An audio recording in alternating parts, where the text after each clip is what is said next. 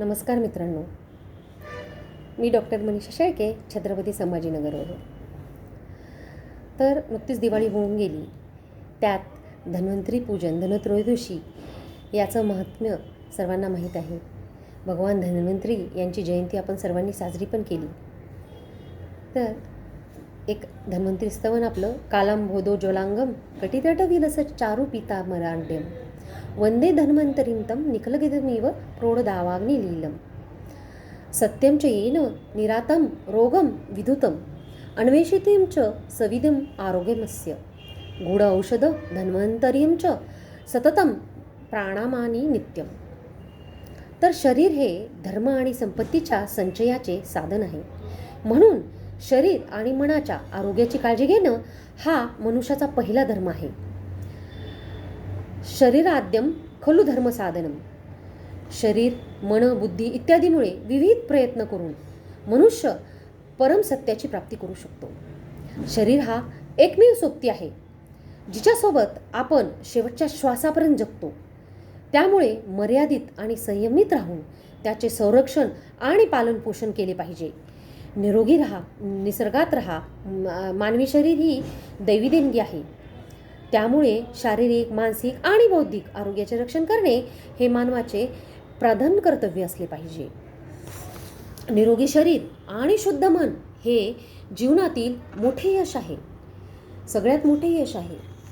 पैसा ही संपत्ती आहे, पण निरोगी मन आणि शरीर ही सगळ्यात मोठी संपत्ती आहे. शरीर हे सर्व धर्म, कर्तव्य पूर्ण करण्याचे साधन आहे. म्हणजे शरीराचे आरोग्य राखणे आवश्यक आहे. या निरोगी शरीरामुळेच प्रत्येकाचे अस्तित्व आहे. शरीराचे रक्षण आणि आरोग्य राखणे हे माणसाचे पहिले कर्तव्य बनायला पाहिजे. निरोगी राहूनच व्यक्ती स्वतःचे आणि इतरांचे भले करू शकतो. महर्षी चरक यांनी लिहिले आहे की आरोग्य हा धर्म, अर्थ, काम आणि मोक्ष यांचा मूळ पाया आहे. हे स्वतःमध्ये पूर्णपणे सत्य आहे. धर्म, संपत्ती, काम आणि मोक्ष मिळवण्यात मानवी जीवनाचे यश दडलेले आहे. परंतु सर्वांचा पाया मनुष्याचे आरोग्य, त्याचे निरोगी जीवन हेच आहे. आजारी आणि अशक्त व्यक्ती धर्माचा विचार करू शकत नाही. माणूस पैसा कमवू शकत नाही. हे मानवी जीवनाचे सर्वात मोठे ध्येय आहे.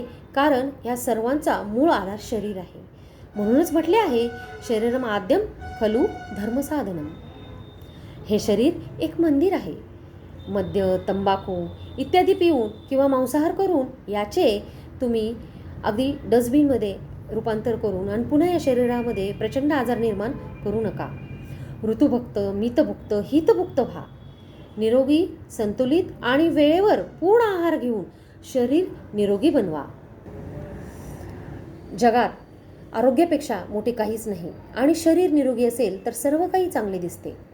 मन प्रसन्न राहते, मन शांत राहते. पण आपण थोडेही आजारी पडलो तर सगळं जग अपूर्णच वाटतं. म्हणूनच आरोग्याला सर्वात मोठी संपत्ती म्हटली आहे. उत्तम आरोग्य हा जीवनातील सर्व सुखाचा आधार आहे. पैशाने वस्तू विकत घेता येतात, पण त्यांचा वापर चांगल्या आरोग्यावर अवलंबून असतो. जर श्रीमंत व्यक्ती आजारी असेल तर त्याच्या पैशाला किंमत नसते.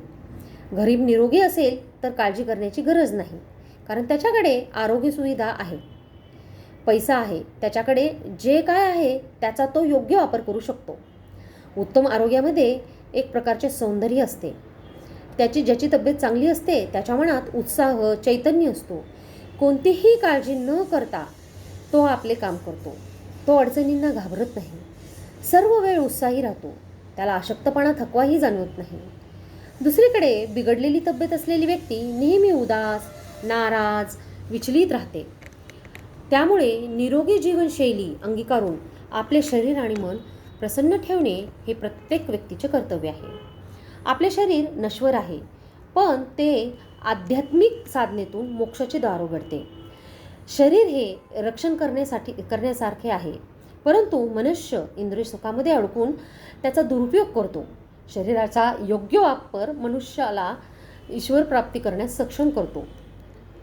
व्यायाम हाही शरीर निरोगी ठेवण्यामध्ये फार महत्त्वाचा घटक आहे. व्यायामामुळे शरीरात रक्ताभिसरण नियमित राहते. त्यामुळे शरीर आणि मेंदूची वाढ होते. व्यायामाने मानवी शरीर सशक्त आणि सामर्थ्यवान बनते. आत्मविश्वास, शौर्य, स्वावलंबन इत्यादी गुण माणसात निर्माण होतात. आरोग्य रक्षणासाठी विद्वान, डॉक्टर, भौतिकशास्त्रज्ञांनी अनेक उपाय सुचवले आहेत. जसे की संतुलित अन्न, पौष्टिक अन्नाचे सेवन, शुद्ध हवामानाचा वापर, प्रवास, संयम, संपूर्ण जीवन, स्वच्छता, विवेक, व्यायाम इत्यादी. आरोग्य सुधारण्यासाठी ही साधने रामबाण औषधासारखीच प्रभावी आहेत, यात शंका नाही. पण या सर्वांचा गुरु म्हणजे व्यायाम. व्यायामाच्या अनुपस्थितीत तर्कशुद्धता देखील काही परिणाम दर्शवू शकत नाही. कारण निरोगी विचार फक्त राहतात. निरोगी शरीरातच फक्त निरोगी विचार राहतात. अस्वास्थ्यकर व्यक्ती अतार्किक, अविचारी, आळशी, लवचिक, हट्टी, रागीट, भांडखोर इत्यादी सर्व वाईट गुणांचे भांडार असते. आरोग्याचा मूळमंत्र म्हणजे व्यायाम. व्यायामाचे मानवासाठी असंख्य फायदे आहेत. सर्वात मोठा फायदा म्हणजे त्याला कधीही आजार होत नाही आणि त्याला दीर्घकाळ आयुष्य लाभते.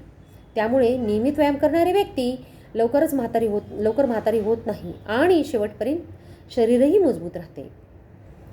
तर चला मित्रांनो, सर्वांनी आपण निरोगी शरीर आणि निरोगी मन ठेवण्यासाठी उत्कृष्ट योग्य दिनचर्या, आहार, व्यायाम ह्या सर्वांची जोड देऊन आपण निरोगी राहूया.